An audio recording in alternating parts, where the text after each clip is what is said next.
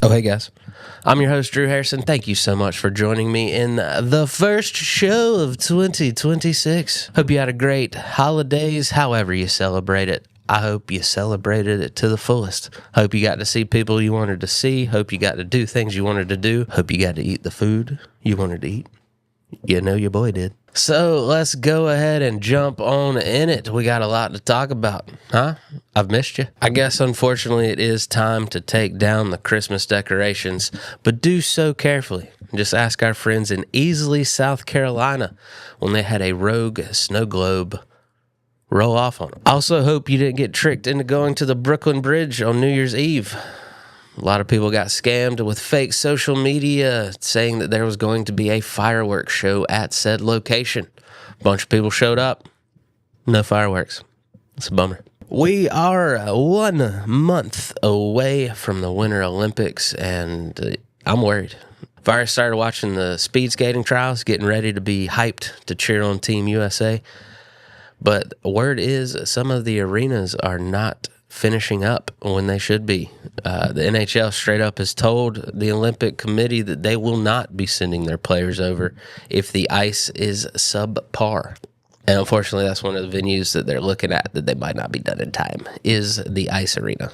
I mean, it can't help but bring up the debate on if we need to move the Olympics around every year, or if we just need the Olympics in a central location every 4 years where we already have the infrastructure. They come into these towns, these countries, and they build these things, and then they're ruins in 2-3 years. It's sad to see. A lady in Little Rock, Arkansas won the $1.8 billion with a B Powerball. She took the lump sum payment, and of course, you know, the government got a hand in it because, you know, no matter who's won the lottery every year, Uncle Sam has stayed undefeated. I would suck, man. 1.8 turns into 480.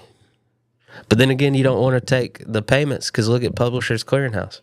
They went bankrupt and they hadn't been able to pay out. So I'd be so mad if I was guaranteed $5,000 a week for life and then payments ran out when I was like 35. Speaking of age, 93-year-old anti-aging specialist is a new dad. Dr. John Lewin and his wife, J. Lou, who is 37, 93 and 37, that's not an age gap at all, has welcomed a new baby together. I mean, it's good for business, right? My man's an anti-aging doctor, and he's like, I mean, I'm still pumping out kids at 93. Pretty good advertising, not going to lie to you. Are you concerned what to give your lovely significant other for this Valentine's Day? Because it's not too early to start thinking about it. You know, it'll sneak up on you before too long. Well, look no further. Texas Roadhouse is offering a bread roll bouquet this year. Comes with honey butter. It's a perfect gift for Valentine's Day. Surfing in Germany is causing controversy. Didn't think I'd read that headline, but hey, it's 2026. We're keeping an open mind. Am I right? All right. So there's this river that has had some debris clogging it up, and so it caused this wave, this 3-foot wave that locals have been surfing. But the city was worried because a 33-year-old woman actually died while surfing this. So it's not the safest. So they cleared the debris. The locals are mad, but have no fear. They're getting an engineer in from the local Munich University to assess if there's something that safely can be done. Hey, someone died. This is a safety hazard, but we're going to make it safer for you. It's amazing to see. We got a great show for you. We got What You Eatin', where I got some new Cinnamon Toast Crunch flavors to put into your breakfast rotation. We got all the sports. College football's heating up. NFL playoffs are set. All the news and analysis you can ask for on that front. And we got a new can of cannabis for you, where my lovely wife joins me and we review a THC drink. Well, go ahead and hit that subscribe button if you haven't. Thank you so much for being here. It's going to be a great year. It's going to be a good one. Up next, we got sports. Sports. Managers getting sacked left and right in the Premier League. I guess 1 win in 7 games will get you sacked in Chelsea. That's what happened to Maresca. Man United, my beloved, got rid of Ruben Amorim. I was a big Ruben Amorim fan. His system just didn't fit the team. He was trying to play with 3 back defenders, and the board just didn't like that. Had a fiery press conference and found out first thing this morning He got sacked. Liverpool's still looking lackluster, so it looks like it's coming down to Man City and Arsenal again, which both have stumbled a little bit. Don't know what the end of the season holds in the Premier League. Prize Japanese standout pitcher Katsuya Mai has signed with the Houston Astros. Now, I'm not a big Astros fan. You know, I'm a Braves true and true, but happy they didn't go to the Yankees or the Dodgers. Am I right? 3-year deal worth $54 million, could be $63 with incentives. Close your ears real quick if you're not a fan of the state of college football, because there are currently 4,500 players in the Division I transfer portal. Well, 4,499 because the top quarterback, Sorsby, signed to Texas Tech. Good for them. Could get messy between LSU and Ole Miss. Lane Kiffin wanting his coaches back because the transfer portal is open, and he's tired of making all the phone calls himself. But Ole Miss is still in the playoffs, baby. They in the semis. These guys are still tied to Ole Miss. Lane was non-committal on if he was going to call his coaches home, but word is Ole Miss got a lawsuit ready to go if he does. Chip Kelly returns to college after getting sacked by the Raiders. He will be the offensive coordinator for Northwestern next year, returning to college where he won a national championship as the OC of Ohio State in 24. The college semis are set. Oregon versus Indiana and Ole Miss versus Miami. I love it, man. There's no Alabama. There's no Georgia. There's no Clemson. It's just new teams. And I hope Ole Miss wins to slap Lane Kiffin in the face. And I hope he never wins a championship at LSU. Like, I hope you left your last real chance at a national title. Team USA Hockey has announced their Olympic roster. Everyone's back from the Four Nations team that put it on Canada in the first round and then lost in the championship. That's what we do. I just want to finally beat Canada for the gold, and I'm hoping this is the team that can do it. Anaheim's Kreider and New York's Fox are the only two left off of the Four Nations squad. Thompson and Keller, who helped the U.S. win the World Championship for the first time since 1933, are taking their spots, along with Seth Jones, because you get an additional roster spot in the Olympics. That's dope. And Seth Jones was a beast in the playoffs last year. I know. I'm a Hurricanes fan. Troy Aikman set to help Miami pick their new GM. The Dolphins tabbed the former superstar quarterback to help them find their new front office leader. Congrats to Myles Garrett for setting the new single-season sack record at 23 sacks, passing TJ Watt, who set it a couple years back. And the playoffs are set in the NFL. We get college football semis. We get the NFL playoffs. On the NFC side, you get number 7 Packers versus number 2 Bears. You get the 49ers at number 3 Eagles. Number 5 Rams at the eventual Super Bowl champion Panthers. That's right. I'm calling it right now. Panthers winning Super Bowl. I'm kidding. We're not going to do that. And then the Seahawks got the number 1 seed in the bye. On the AFC side, the Broncos locked up the number 1 seed. The number 7 Chargers will go to New England to play the Patriots. The number 6 Bills take their talents to Jacksonville and take on the Jaguars. And then the 5-4 matchup sees the Texans head to Pittsburgh, play the Steelers, who had that magnificent win over the Ravens last night to get in. And then, of course, it's the Monday after the season, so everyone's getting fired. Falcons get rid of their GM and their head coach. Browns part way with Stefanski, and I'm sure more are going to roll in as the day continues, except for the Colts. Colts said even after their disastrous end of the season, they are keeping their head coach and GM.